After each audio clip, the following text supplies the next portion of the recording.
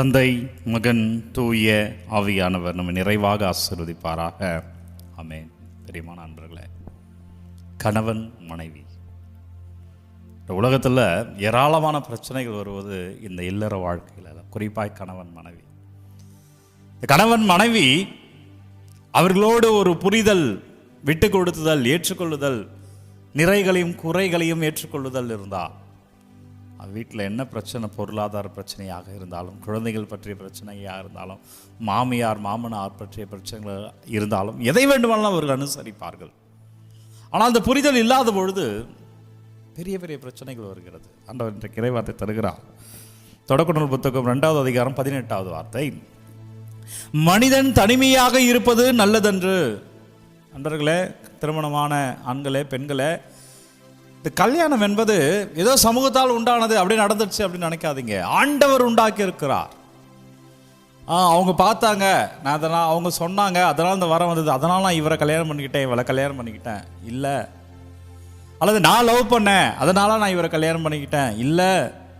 திருமண உறவு என்பது பெரியமானவர்களே ஏதோ இந்த வெறும் சமூகத்தினுடைய ஏற்பாடு அல்ல, இது இறைவனுடைய திட்டம். அப்படி என்றால் ஒருவர் மற்றவருக்கு அடிமை அல்ல.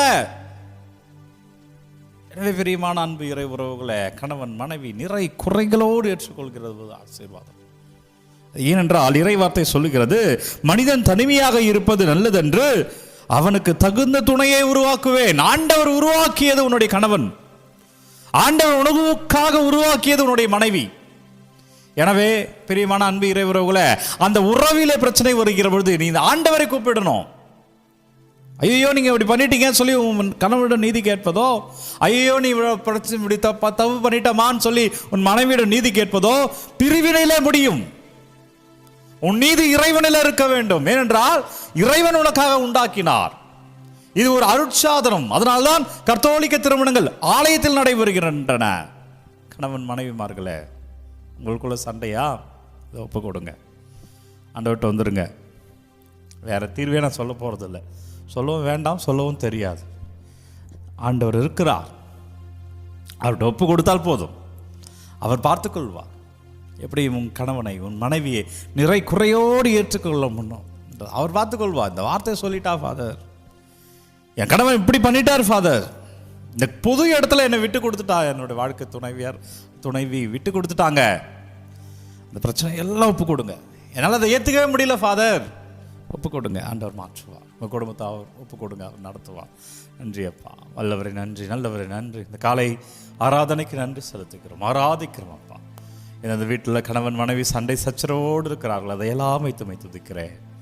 யாரெல்லாம் பிரச்சனைகளோடு பாரங்களோடு இருக்கிறார்களோ அவர்களுடைய வேதனைகளெல்லாம் வைத்து அப்பாமே ஆராதிக்கிறேன். ஆண்டவர் நன்றி அப்பா, நாளுக்கு நன்றி ஆண்டவரே. வெள்ளிக்கிழமை ஆண்டவருடைய ஆசீர்வாதத்துக்கு நன்றி அப்பா. இறுதி ஆண்டு வல்லமையில பிள்ளைகள் தொடப்படுவார்களாக, பிள்ளைகள் ஆசீர்வாதமாக இருப்பார்களாக. எனவே திருமணமான ஆண்களே, பெண்களே, திருமணம் என்பது ஆண்டவரால் உண்டானது. அதுதான் இன்றைக்கு நற்செய்தியுமே. இன்றைக்கு நற்செய்தி வார்த்தை மத்திய நற்செய்தி 19வது அதிகாரம் 3-12 வரை உள்ள இறை வார்த்தையில் ஒரு தரவு கொடுக்குறோம் பாருங்க. அமெரிக்காவில் நடந்த தரவு 1990களில் ஒவ்வொரு 20 திருமணத்திற்கும் ஒரு திருமணம் விவாகரத்தில் முடிஞ்சுதான். 20 மேரேஜ் நடக்குதுன்னா ஒரு மேரேஜ் விவாகரத்தில் ஆகிடும். அதான் 5% திருமணம் தோல்வியில் போயிருக்கு. அப்படியே தரவு வருது. 1920களில் 12 திருமணங்களில் ஒரு திருமணம், அப்புறம் 20 12 மாறுது. 12 திருமணங்களில் ஒரு திருமணம் சக்ஸஸாக இல்லை, விவாகரத்து வாங்கிடுறாங்க. அப்படின்னா 8.3%. அதுக்கப்புறமேட்டு 1940களில் 6 திருமணங்களே ஒரு திருமணம், 12 இருந்தது 6 ஆயிடுச்சு. 6 பேர் கல்யாணம் பண்ணாலும் அதில் ஒரு கல்யாணம் நல்லா இல்லாமல் போயிடுது. எனவே 16.5% மாறுகிறது. 1970களில் திருமணங்களில் 2 திருமணம்னா அதில் ஒரு திருமணம், அப்படின்னா 50%. அமெரிக்காவை பற்றி பேசிகிட்டு இருக்கேன். இப்போ யோசிச்சு பாருங்க, அதே அமெரிக்காவில் எப்படி இருக்கணும். இன்னைக்கு நம்ம ஊரும் அப்படி தான் இருக்குது ஏறத்தாழ. ஏன் தெரியுமா அன்பர்களே, திருமணத்தில் நீங்கள் நிறைய ஏற்றுக்கொள்கிறீர்கள். குறைய பார்த்துட்டா இதை மறைச்சிட்டாங்க, இது எனக்கு தெரியாது, இது தெரிஞ்சுதான் கல்யாணம் பண்ணியிருக்க மாட்டேன். இல்லை, அந்த குறையும் பார்த்துதான் ஆண்டவர் அவனை உனக்கு கொடுத்திருக்கிறார். அந்த குறையும் பார்த்துதான் ஆண்டவர் அவளை உனக்கு கொடுத்திருக்கிறார். எனவே நிறை குறையோடு எவன் ஒருவர் ஏற்றுக்கொள்கிறாரோ அவர் வாழ்வார். நிறைய ஏற்றுக்கலாம் ஃபாதர். என் கணவன்கிட்ட இருக்கிற குறைய, என் மனைவியிட்ட இருக்கிற குறைய எப்படி ஃபாதர் ஏற்றுக்கொள்ள முடியும் என்றால், அந்த குறைய எடுத்துட்டு வந்து இங்கே வை. இதுக்கு தான் ஆராதனை. என் கணவர்கிட்ட இப்படி ஒரு குறை இருக்கு ஃபாதர், அதை சகித்து கொண்டாலும் வாழ முடியல. என் மனைவி கிட்ட இப்படி ஒரு குறை இருக்கிறது, அதை சகித்து கொண்டாலும் வாழ முடியல. அதை எப்படி ஃபாதர் ஏற்றுக்கொள்வது? இங்கே கொண்டு வந்து வைக்கணும் அந்த குறைய. 2 மீன் 5 அப்பம். மேக்சிமம் எத்தனை பேர் சாப்பிடுவீங்க? 2 இல்லை 3 பேர் சாப்பிடுவோம் இல்லையா? ஆனால் அவர் 5000 பேர் கொடுத்தார். வெறும் 2 மீன் 5 அப்பம் தான். 5000 பேர். உன் குடும்பத்தை விட்டுருவாரா? ஏன் உன் கணவனை ஒப்பு கொடுக்கல? ஏன் உன் மனைவியை கொண்டு வந்து நற்கரில் ஒப்பு கொடுக்கல? திருப்பலியில் ஒப்பு கொடுக்கல? ஜெபமாலையில் ஏன் வீட்டை தாங்கல? குறையெல்லாம் நிறைவா மாறிடும். திருமணம் என்பது வெறும் கணவன் மனைவி உறவு மட்டுமல்ல கத்தோலிக்க கிறிஸ்தவர்களே. திருமணம் என்பது கணவன் மனைவி தூயாவியார். அதனால அது அருட்சாதனம், அது ஆண்டவரால் நடைபெறுகிறது. அப்படின்னா கணவன் மனைவி வாழ்கிற போது பிரச்சனைகள் வரும், சண்டைகள் வரும். அதை ஆவியான துணையோடு கையாளணும், ஜபத்தோடு கையாளணும். கோயிலில் வந்து ஒப்பு கொடுக்கணும். மனிதர்களை நம்பாத, எந்த மனிதர்களும் நம்பாத.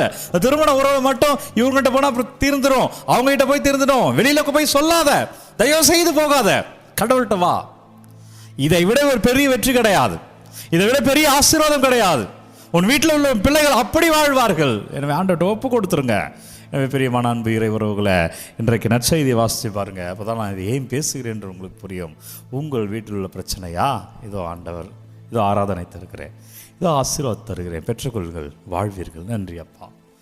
வல்லவரே, நல்லவரே, நன்றி ஆண்டவரே.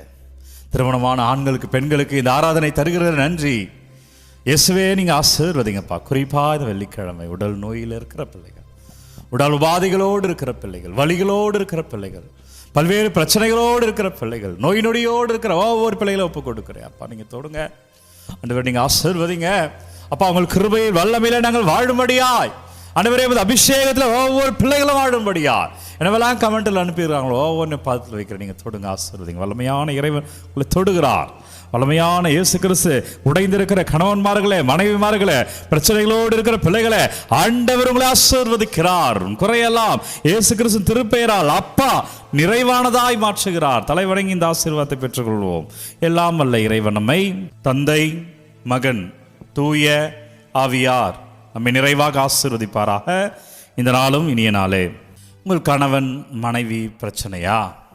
ஒப்பு கொடுங்க. இந்த ஆராதனையில் ஆசீர்வாதத்தை பார்ப்பீங்க. ஒவ்வொரு நாளும் விடிய காலை 3 மணிக்கு ஆராதனை வழங்குகிறோம். யாருக்கு தேவையோ அவங்களுக்கு இந்த காணொலியை பகிர்ந்து கொள்ளுங்கள். God bless you. Take care.